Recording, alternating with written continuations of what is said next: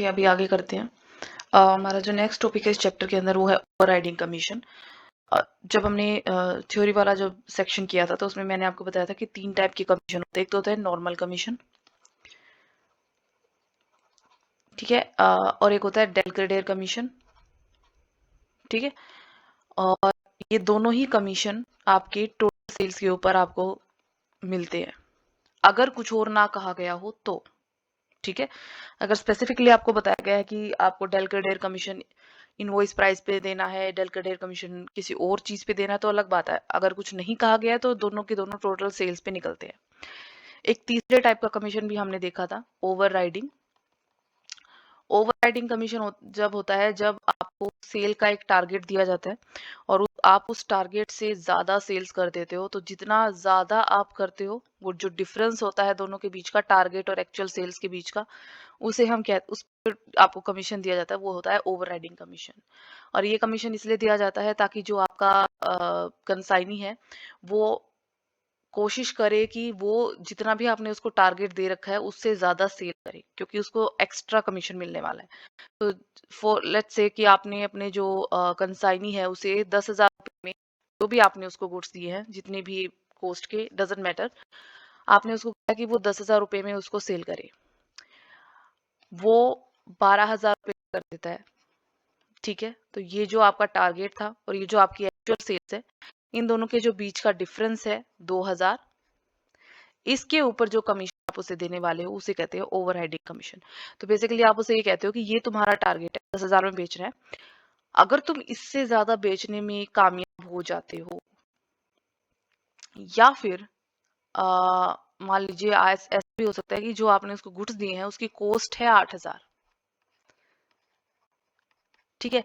तो आप उसे कहते हो कि या तो 10,000 या इससे ज्यादा अगर तुम इन गुड्स को बेचने में कामयाब हो जाते हो, तो जितना भी डिफरेंस होगा, जितने भी ज्यादा पैसे तुम हमें कमा के दोगे, उसके ऊपर तुम्हें एक्स्ट्रा कमीशन मिलेगा, वो तुम्हारा ओवर राइडिंग कमीशन होगा, ठीक है। तो आप उसे, जैसे कि यहाँ देखा है, अधिक से अधिक माल उच्चतम मूल्य पर आप उसको बेचने के लिए प्रोत्साहित करते हो, ठीक है। आप कुछ इलस्ट्रेशंस देख लेते हैं।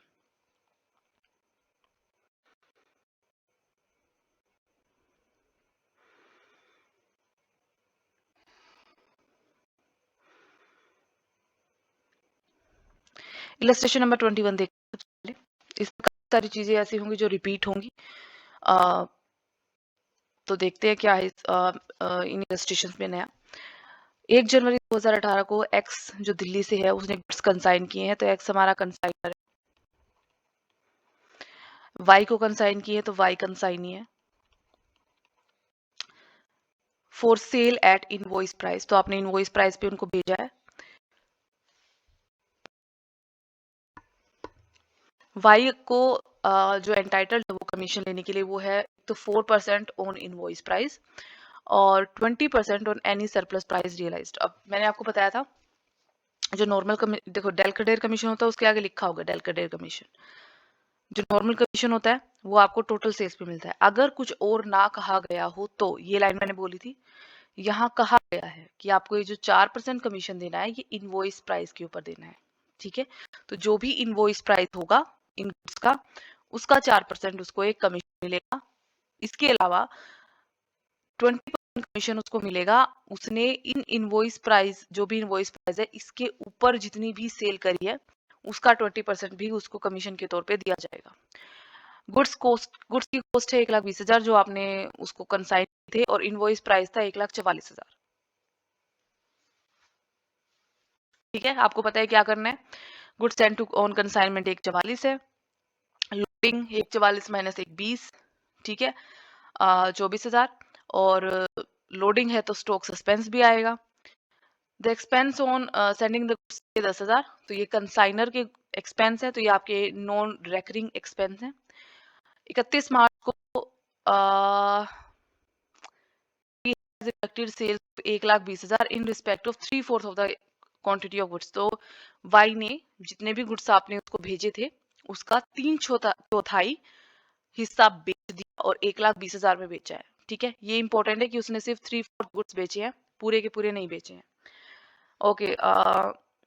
उसके खुद के खर्चे हैं 6000 और क्योंकि खर्चों के साथ ना ही तो ये लिख रखा है कि ये नॉन रेकरिंग है, ना ही ये लिख रखा है कि ये इनडायरेक्ट है, ना ही ये इनका नाम लिखा हुआ है, तो मतलब ये रेकरिंग खर्चे हैं, तो क्लोजिंग स्टॉक निकालते समय हम इन खर्चों को नहीं जोड़ेंगे। ओके, वाई ने एक बिल एक्सेप्ट किया तो ये उसका बीआर है, एडवांस वाला, ठीक है। ओके, ये बीआर हो जाएगा उससे जो आप लोगे, ठीक है। ओके, बस अकाउंट में बाकी सब तो आप डाल सकते हो, बिल्कुल सिंपल है। बस इसमें मैं आपको बताती हूँ कि कमीशन कैसे निकलेगा। देखो, 1,20,000 रुपए कॉस्ट के गुड्स थे, आपने उसे 1,44,000 इनवॉइस प्राइस पे भेजा, ठीक है। ये थे पूरे के पूरे 100% गुड्स। उसने इनका 3/4 बेचा है, 3/4 हिस्सा उसने बेच दिया, ठीक है। तो 1,44,000 रुपए में जो गुड्स आपने भेजे थे बेचने के लिए, उसका 3/4 हिस्सा उसने भेजा, तो जो बेचा, तो जो 3/4 हिस्सा उसने बेचा, उसकी इनवॉइस प्राइस क्या रही होगी? क्योंकि आपको जो ये 20% का प्रॉफिट निकालना है, सॉरी कमीशन निकालना है, ये डिफरेंस पे निकालना है, एक्चुअल सेल्स और टारगेट पे, ठीक है।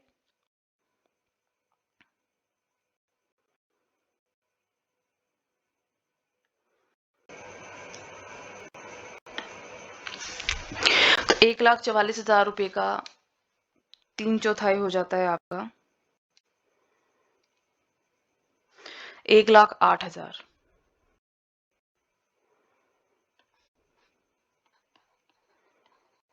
ठीक है।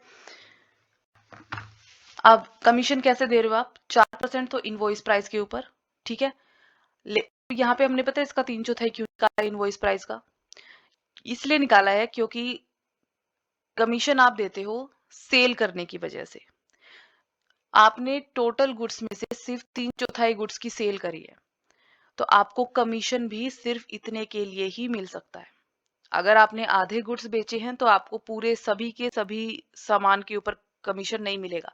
जितनी सेल उतना कमीशन, ठीक है, क्योंकि कमीशन मिलता ही सेल के ऊपर है। तो इनवॉइस प्राइस पे हमें 4% देना है, तो इनवॉइस प्राइस पे 4% देंगे, लेकिन कितने के इनवॉइस प्राइस पे? जितने की आपने सेल करी है। तो आपने सिर्फ 3/4 बेचे हैं, तो इसका 3/4 निकाल लो, 1,08,000 आ गया। 1,08,000 का 4%, एक कमीशन तो हो गया ये, ठीक है। ये हो जाएगा आपका 4,320। दूसरा 20% कमीशन आपको देना है सरप्लस प्राइस के ऊपर। सरप्लस प्राइस का मतलब ये है कि जितने पे जो जो गुड्स आपने बेचे हैं, कितने पे आपको भेजे गए थे? 1,08,000 रुपए के आए थे आपके पास, कंसाइनी के पास, आपने इनको बेचा, मतलब कंसाइनी ने बेचा इनको 1,20,000 में, ठीक है। ये जो एक्स्ट्रा पैसे में इसने बेचा है, ज्यादा आपके लिए जो सेल करके दी है, ये जो डिफरेंस है इसका 20%, ठीक है। ये जो भी आएगा इसका 20% आपका ये कमीशन देना है सरप्लस के ऊपर। ये हो जाएगा आपका 2,400।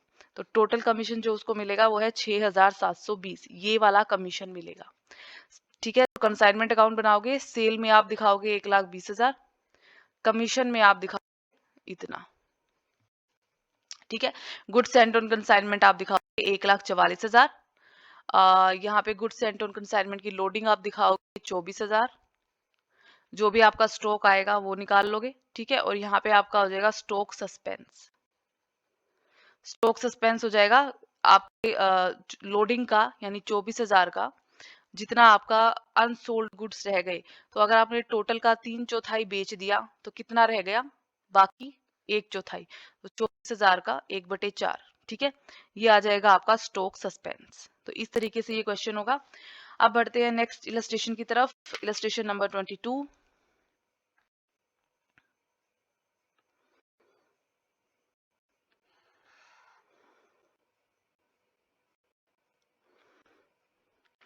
इलस्ट्रेशन नंबर 22 में हमें बता रखा है कि सुरेश है जिसने गुड्स कंसाइन किए हैं, तो हमारा कंसाइनर जो है वो सुरेश है।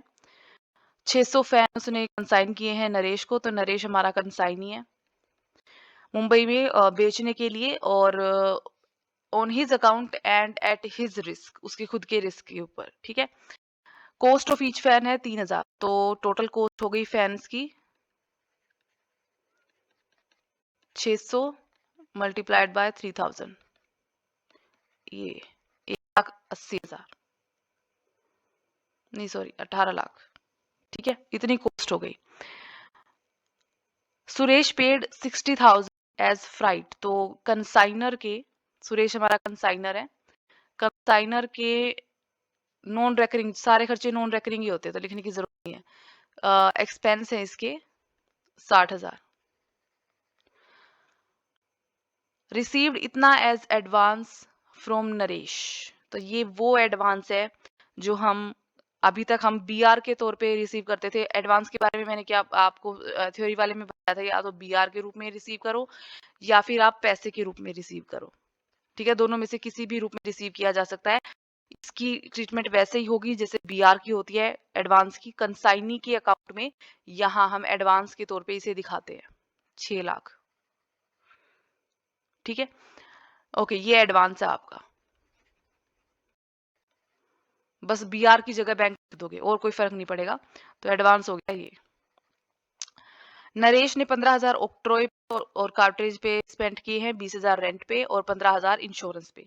तो नरेश जो हमारा कंसाइनी है, कंसाइनी के नॉन रेकरिंग खर्चे जो हम क्लोजिंग स्टॉक निकालते समय ऐड करते हैं वो है सिर्फ 15,000 ऑक्ट्रॉय वाले। और रेकरिंग खर्चे जो होते हैं या डायरेक्ट जो आप उसके खर्चे हैं, जो रेकरिंग खर्चे, वो है 20,000 रेंट के और 15,000 इंश्योरेंस के। तो ये हो गया 35,000। और टोटल खर्चे जो कंसाइनमेंट अकाउंट में जाएंगे वो इन दोनों का टोटल, ठीक है, 50,000। ओके, उसके बाद 500 फैन उसने सेल कर दिए। तो सेल हो गई आपकी 500 फैंस की कितने रुपए के लिए? 18 लाख रुपए के लिए। ठीक है, इतने तो फैन बेचे हैं उसने और 18 लाख रुपए के बेचे हैं। ठीक है, टोटल 600 फैन आपने 18 लाख रुपए के उसको दिए थे, उसने 500 को 18 लाख में बेच दिया, तो आपके लिए प्रॉफिट कमा के दिया है। नरेश को आपको कमीशन देना है 4% on sale at the rate 3500 पर फैन। अब इसका मतलब मैं अभी बताती हूँ। दूसरा, 20% of any surplus price realised, 20% जो भी उसका सरप्लस प्राइस उसने रियलाइज किया है उसके ऊपर। ठीक है, यहाँ पे ये कहने का क्या मतलब है, commission of 4% on sale at the rate 3500, ये इसका मतलब ये नहीं है कि जितनी भी उसने सेल करी है उसका 4% कमीशन है। नहीं, ऐसा नहीं है। 18 लाख की सेल है उसकी, लेकिन 18 लाख का 4% नहीं बोला गया है। आपने उसको शुरुआत में टारगेट दिया था कि उसको 3500 रुपए पर फैन के हिसाब से बेचने हैं, और आपने पहले ही डिसाइड कर लिया था कि 3500 रुपए चाहे वो कितने की ही सेल करे, कितने की सेल करे कोई मतलब नहीं है, 3500 रुपए पर फैन के हिसाब से जो भी अमाउंट आएगी उसके ऊपर आप उसे 4% का कमीशन दोगे। ठीक है, 3500 रुपए पर फैन के हिसाब से कमीशन। तो जब हम कमीशन निकालेंगे, उसने बेचे कितने हैं? 500 फैन।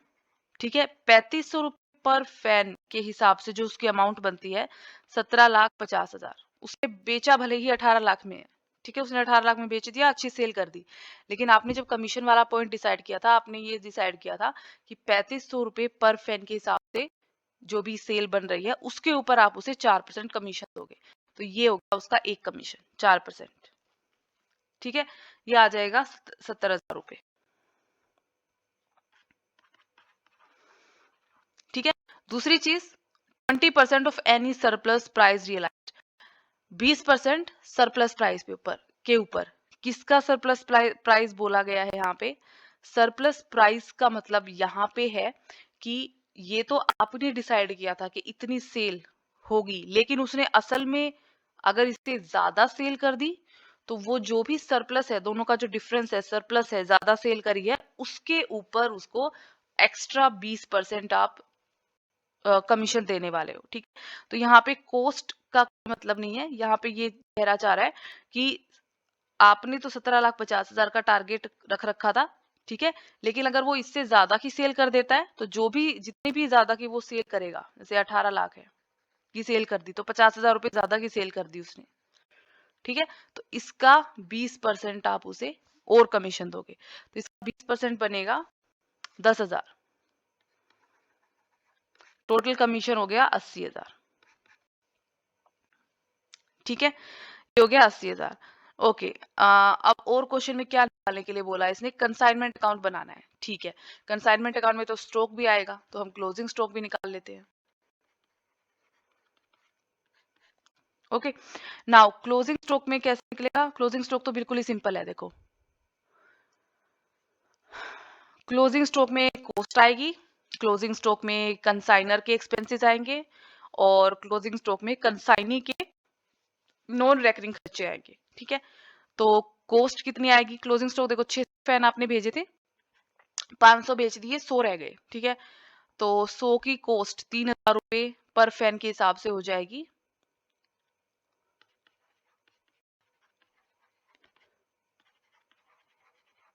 इतनी, ठीक है। प्लस कंसाइनर के खर्चे, कंसाइनर के खर्चे 60, ये 60,000 इसने पूरे 600 फैंस के लिए किए थे। हम जो 100 बच गए उसके लिए निकाल लेंगे। यहाँ पे कोई लॉस वगैरह तो है नहीं, तो सिंपल सिंपल हमारा स्टॉक जैसे भी निकलता था वैसे ही निकलेगा। कंसाइनिंग के नॉन रेकरिंग खर्चे है 15,000, तो 15,000 ये पूरे 600 के लिए हुए थे, हम 100 के लिए निकाल लेंगे, 2500 आ जाएगा। तो हमारा क्लोजिंग स्टॉक आ गया 3,12,500, ठीक है।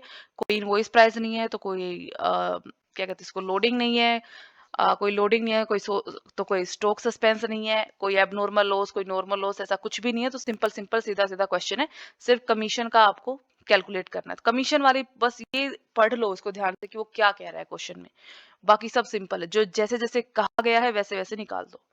नेक्स्ट देखते हैं हम 23rd,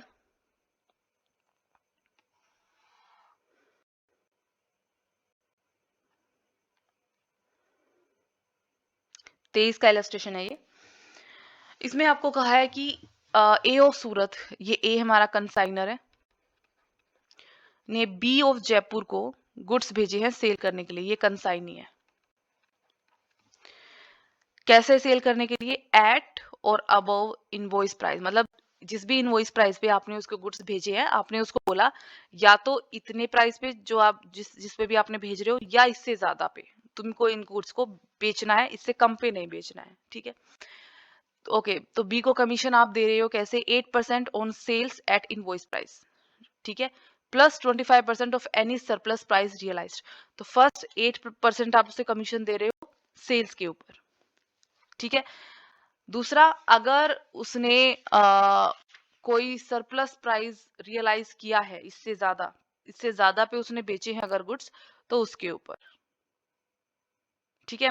तो 8% इनवॉइस प्राइस, इनवॉइस प्राइस से ज्यादा में सेल कर दी तो उसका 25%, सिंपल सी सीधी बात है। बी से आपने बिल एक्सेप्ट किया, तो यहाँ पे पैसे नहीं ले रहे हो आप एडवांस में, बी आर ले रहे हो।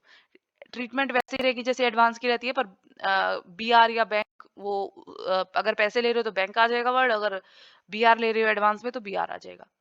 50% of the invoice price as security, as security ले रहे हो, तो ये बात ध्यान रखना। कंसाइनिंग के अकाउंट में डेबिट साइड पे क्लोजिंग स्टॉक के अनुपात में इस सिक्योरिटी का या इस बीआर का वो अमाउंट आपको लिखनी पड़ेगी।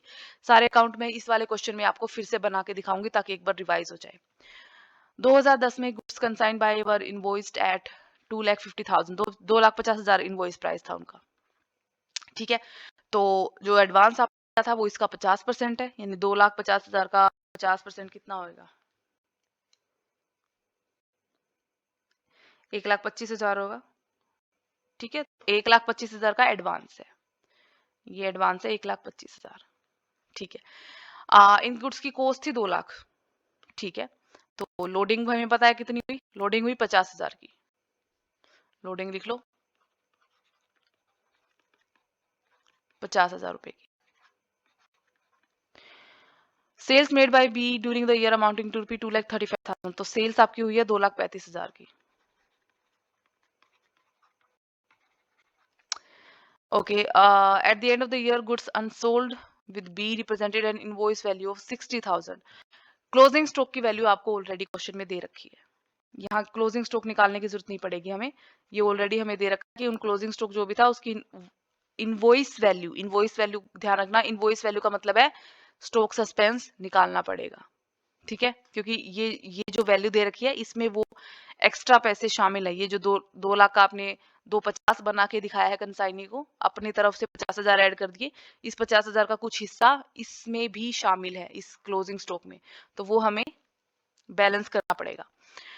ओके, ए ने बी से बैंक ड्राफ्ट के थ्रू 10,000 रिसीव करे, ठीक है, और certain remittances being in transit. अब ये है कैश इन ट्रांजिट। क्या कहना चाहता है, जितने भी पैसे कंसाइनी जो बी है उसको ए को देने थे सेल में से, अपना कमीशन, अपना खर्चा और जो एडवांस उसने दे रखा है वो काटने के बाद, उसमें से 40,000 तो उसने उसको बैंक ड्राफ्ट से दे दिया, लेकिन बचा हुआ पैसा ट्रांजिट में है, मतलब आया नहीं है अभी उसके अकाउंट में, ठीक है। तो इसे हम बोलेंगे cash in transit. Simple entry होगी, कैसे होगी अभी बता देंगे। लेजर अकाउंट बनाने हैं हमें दोनों पार्टीज के अकाउंट के अंदर। सबसे पहले कंसाइनर के अकाउंट बनाते हैं, तो कंसाइनर के अकाउंट में 4 वही मेन अकाउंट बनेंगे। कंसाइनमेंट अकाउंट, कंसाइनी का account, goods sent on consignment account, stock on consignment account, और क्योंकि यहाँ पे इनवॉइस प्राइस का मामला है तो स्टॉक सस्पेंस अकाउंट। तो सबसे पहले हम बनाते हैं कंसाइनमेंट अकाउंट,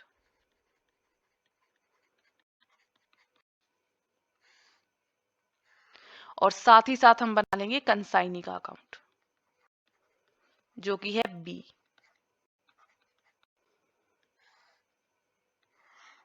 सबसे पहली एंट्री होती है गुड्स सेंट ऑन कंसाइनमेंट, और गुड्स हमने इनवॉइस प्राइस के ऊपर भेजे हैं, और इनवॉइस प्राइस है हमारा 2,50,000,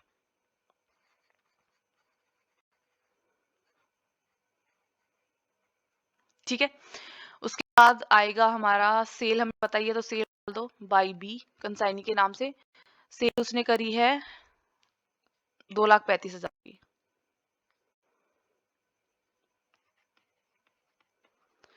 सेल यहां भी दिखाएंगे हम कंसाइनमेंट के नाम से,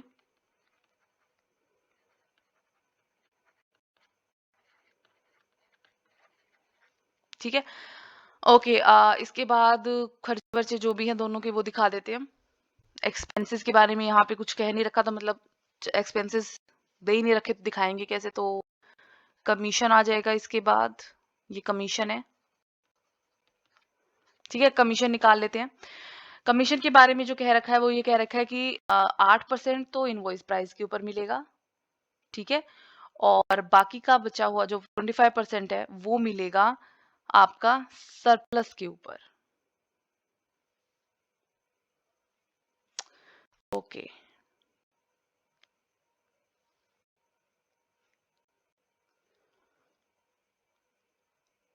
तो इनवॉइस प्राइस निकाल लेते हैं, ठीक है।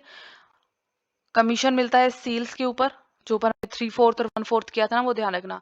तो invoice price, total invoice price तो है 2,50,000 टोटल गुड्स का, लेकिन इसके ऊपर हम कमीशन नहीं निकाल सकते क्योंकि सारा का सारा नहीं बेचा है आपने, 60,000 रुपए अनसोल्ड रह गया, बेचा ही नहीं, उसका कमीशन क्यों देंगे हम, तो इसमें से 60,000 पहले माइनस करना पड़ेगा।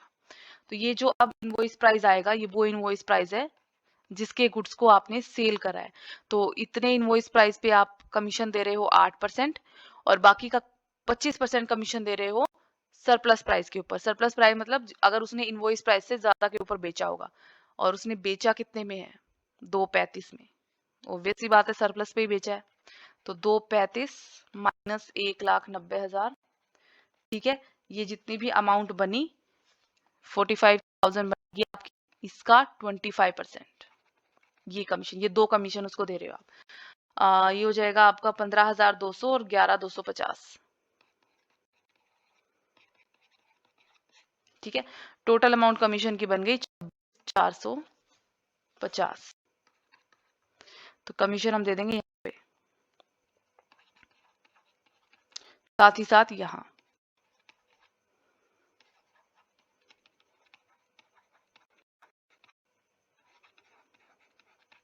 ठीक है। दोबारा बता देती हूँ मैं कमीशन से हमने क्या किया। ए कंसाइनर है, बी कंसाइनी है, ठीक है। ए ने बी को गुड्स भेजे, अब ए को वो गुड्स पड़े थे 2,00,000 रुपए के, ठीक है। ए ने क्या करा, जब बी को गुड्स भेजा, कंसाइनी को जब हम गुड्स भेजते हैं तो उसके साथ हम एक इनवॉइस भेजते हैं, ठीक है, किया था हमने थ्योरी वाले उसमें लेक्चर में। उस इनवॉइस के ऊपर लिखा होता है भी इन गुड्स की वैल्यू इतनी है, ये इतनी क्वांटिटी है, आपको इन गुड्स को इतने में बेचना है, जो भी होता है वो सब लिखा होता है उसके ऊपर, ठीक है। ए ने बी को गुड्स भेजे, साथ साथ वो इनवॉइस भी भेजी, पर उस इनवॉइस पे ए ने इन गुड्स की एक्चुअल वैल्यू लिखने की बजाय उसने लिख दिया कि ये गुड्स थे 2,50,000 के। तो बी को तो ये पता चलेगा कि हाँ गुड्स की वैल्यू 50,000 है, ठीक है, क्योंकि ए ने बताया उसको 250 है। ये हो गया इनवॉइस प्राइस जो इनवॉइस के ऊपर लिखा गया था, ठीक है। अब आपने ए ने बी को साथ ही साथ ये बोला कि तुम्हें 2 टाइप के कमीशन दिए जाएंगे। पहला कमीशन तो तुम्हें दिया जाएगा कि अगर या तुम्हें जो सेल करनी है, एक तो इनवॉइस या तो इनवॉइस प्राइस पे करो या तो इस प्राइस पे करो जिसपे मैंने तुम्हें गुड्स दिए हैं, या तो उतने के बराबर करो या इससे ज्यादा के, ठीक है। 250 के मैंने तुम्हें गुड्स दिए हैं बेचने के लिए, या तो इन्हें 250 में बेच दो या इससे ज्यादा पे बेच दो, ठीक है। उसने ये कहा कि अगर तुम इस प्राइस पे बेचते हो जिसपे मैंने तुम्हें गुड्स दिए हैं तो तुम्हें 8% कमीशन मिलेगा, और अगर तुम इससे ज्यादा पे बेच देते हो तो जितने ज्यादा पे बेचोगे, ठीक है, उस सरप्लस का तुम्हें 25% और मिलेगा। ये है ओवरराइडिंग कमीशन, ठीक है।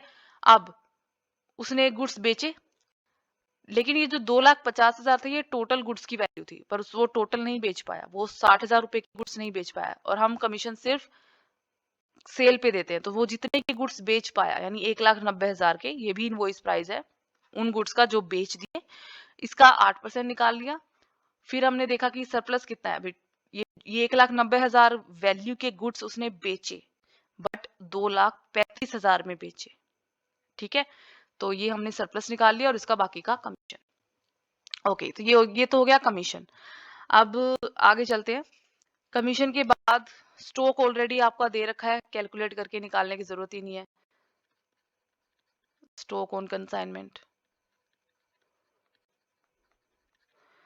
60,000, ठीक है। गुड्स, अब इसका वो कर देते हैं, लोडिंग दिखा देते हैं। By goods sent on consignment, loading कितनी है देखो, 50,000 की है। 250 इनवॉइस था, 2 लाख कॉस्ट थी, तो 50,000 की लोडिंग है। स्टॉक सस्पेंस दिखा देते हैं,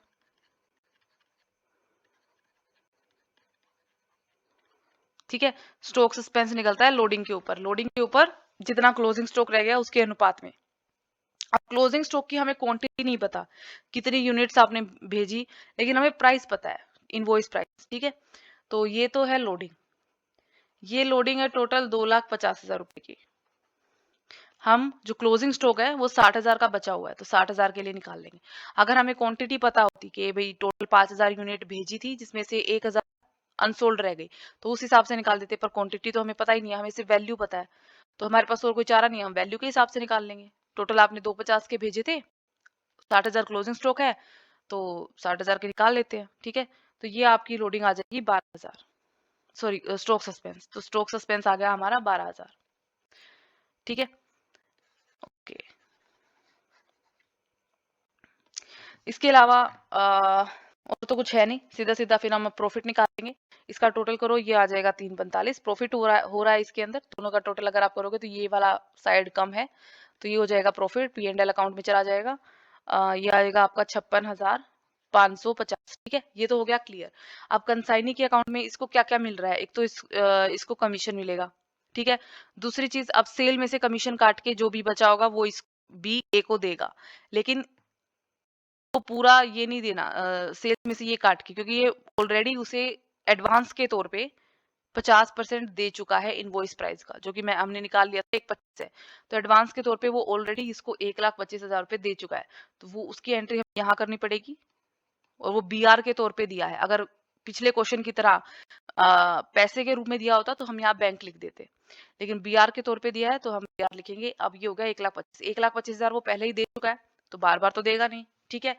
तो 1,25,000 काट के देगा। अब ये 1,25,000 जो एडवांस दिए गए हैं वो एज सिक्योरिटी दिया गया है, तो एज सिक्योरिटी जब होता है तो उस टाइम पे ये ड्यू अमाउंट जो बनेगी उसमें हम क्लोजिंग स्टॉक के बराबर की जो नहीं बेचा गया माल उसके बराबर का हम एडजस्ट कर देते हैं एडवांस को। तो 1,25,000 आपका एडवांस है, ठीक है। अब एडजस्ट आप इसे कैसे करोगे, एडजस्ट आप इसे ऐसे करोगे कि इसको अनसोल्ड के बराबर निकाल लो। ये जो 1,25,000 है ये इनवॉइस प्राइस का 50% था, ठीक है। क्लोजिंग स्टॉक के अनुपात में हमें इसको रखना है, तो क्लोजिंग स्टॉक का जो इनवॉइस प्राइस है वो है 60,000, तो हम इसका भी क्या करेंगे, 50% ले लेंगे। ठीक है, ये हो जाएगा 30,000, तो ये आ जाएगा।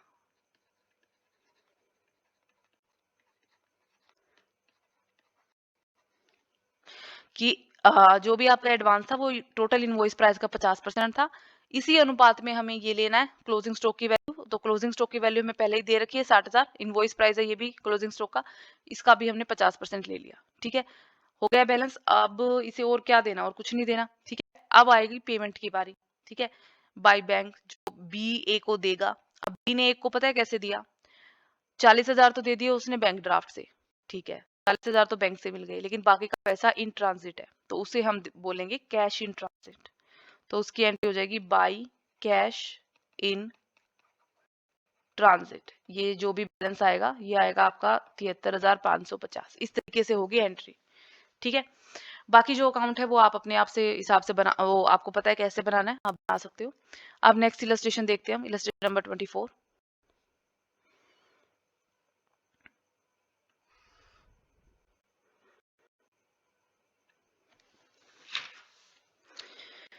ओके, इलस्ट्रेशन नंबर 24 में क्या रखा है, ए कंसाइंस गुड्स टू बी। तो ए कंसाइनर है और बी कंसाइनी है।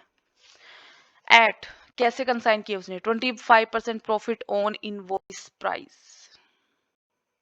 ठीक है, मतलब एक होती है कॉस्ट, एक होता है इनवॉइस प्राइस। ठीक है, कॉस्ट में आप कुछ प्रॉफिट जोड़ देते हो और वो इनवॉइस प्राइस बन जाता है जिस पे आप गुड्स आगे सेंड करते हो। ठीक है, कैसे सेंड करें हैं, इनवॉइस प्राइस पर 20% प्रॉफिट निकाल के उसे कॉस्ट में ऐड करके उस पे आपने सेंड किया है। तो इनवॉइस प्राइस हमें दे रखा होगा, इसका 20% निकालेंगे, वो हमारा प्रॉफिट होगा, बाकी की बची हो जाएगी कॉस्ट। ठीक है, कमीशन कैसे देना है, 10% ऑन इनवॉइस प्राइस। वही चीज है, जितनी भी सेल करी होगी उस सेल के रेशो में, सेल के रेशो जो भी आएगा उसका इनवॉइस प्राइस का 10%, उस सेल के इनवॉइस प्राइस का 10%, और 20% on any surplus realised over invoice price. ये जो भी इनवॉइस प्राइस आएगा, अगर एक्चुअल सेल इससे ज्यादा में करी गई है तो वो जो डिफरेंस है उसका आपको 20% देना है। A goods sent goods costing 8 lakh and spend 75,000 on freight. Cost कितनी है इन गुड्स की, 8 लाख। ठीक है, प्लस प्रॉफिट ऐड किया इसमें 20% ऑफ किसका, इसका, और निकल गया ये, और ये हमें पता ही नहीं है कितना है। कैसे निकालोगे बता सकते हो, इनवॉइस प्राइस पे आपने गुड्स भेजे बेचने के लिए, और वो इनवॉइस प्राइस आपने कैसे निकाला, आपने कॉस्ट में उसी इनवॉइस प्राइस का जो हमें पता नहीं है कितना है 20% ऐड कर दिया। ठीक है, तो फिर ये इनवॉइस प्राइस क्या था, इसे निकालने का ये तरीका है कि अगर इनवॉइस प्राइस को हम 100 मान लेते हैं, ठीक है, तो इस 100 का 20% यानी 20 जोड़ा होगा आपने, परसेंट लगा लो। ठीक है, कॉस्ट के अंदर, जिसकी वजह से ये 100% बना। किसमें मैं 20% जोड़ू कि वो 100% बन जाए, 80 में। ठीक है, यानी ये जो 8 लाख है ये 80% की वैल्यू है। हम 100% की वैल्यू अगर निकाल लेते हैं तो हमें ये इनवॉइस प्राइस पता चल जाएगा। तो 100% की वैल्यू अगर आप इस निकालोगे तो ये आएगी 10 लाख, यानी इनवॉइस प्राइस जो था हमारा वो है 10 लाख। इसका 20% बन जाता है आपका 2 लाख। 2 लाख आपने 8 लाख में जो कॉस्ट है आपकी जोड़ा और आपको इनवॉइस प्राइस 10 लाख मिल गया।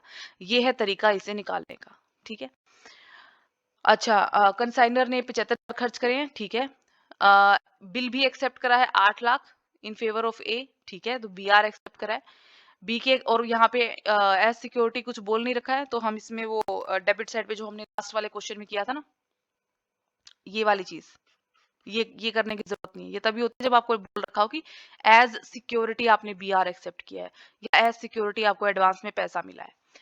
बी के एक्सपेंसेस है इतने रेंट, इतने ऑन एडवर्टीजमेंट, तो कंसाइनी का कोई नॉन रेकरिंग खर्चा नहीं है, तो क्लोजिंग स्टॉक निकालते समय हमें कंसाइनी के खर्चे नहीं लेने।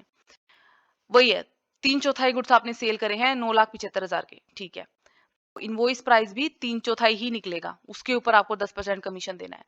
Part of the sales were on credit and a customer fail to pay 20,000। कुछ सेल क्रेडिट की थी और 20,000 रुपए आपके बैड डेट हो गए, और 1/4 of the remaining goods were destroyed in godown fire. 1/4 of the remaining goods, remaining goods का मतलब क्या है? टोटल गुड्स का 3/4 आपने बेच दिया, जो बच गया उस बचे हुए का, यानी वो जो 1/4 बच गया, इसका भी 1/4 डिस्ट्रॉय हो गया। ठीक है, तो पूरे का 1/4 डिस्ट्रॉय नहीं हुआ, 3/4 बेचने के बाद बच गया उसका 1/4। ठीक है, तो इसमें बहुत सारी चीजें निकालनी। एक चीज तो मैंने ये आपको निकाल के दिखा दी, इनवॉइस प्राइस कैसे निकलेगा। ठीक है, अब हम निकालते हैं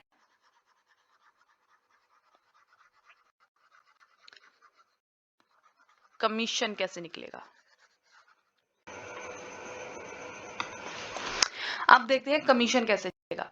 तो कमीशन आप कैसे दे रहे हो? 10% इनवॉइस प्राइस पे, 20% सरप्लस पे। ठीक है, ओके, टोटल आपके गुड्स थे अगर मान लो, उसमें से 3/4 आपने बेच दिया, सिर्फ 3/4 बेचा है, यानी अनसोल्ड रह गया 1/4, ये है अनसोल्ड। ठीक है, इतना ही आप बेच पाए। ठीक है, तो कमीशन भी आपको इसके अनुपात में मिलेगा। 10% इनवॉइस प्राइस पे, टोटल का इस एक का जो इनवॉइस प्राइस था वो निकाला था हमने 10 लाख,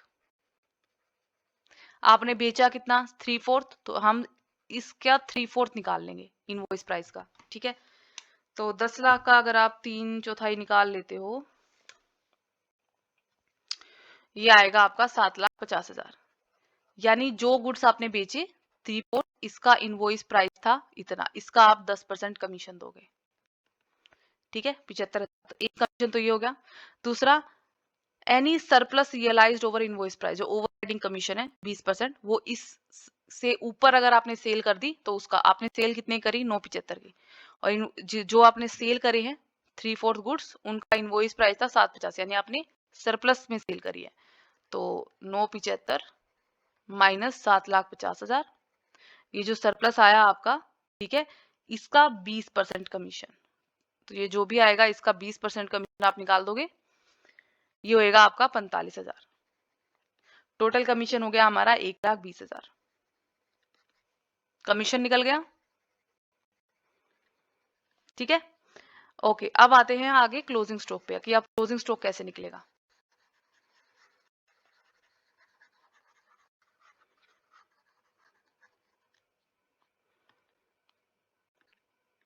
ओके, अब आते हैं क्लोजिंग स्टॉक पे। क्लोजिंग स्टॉक कैसे निकालना है? ओके,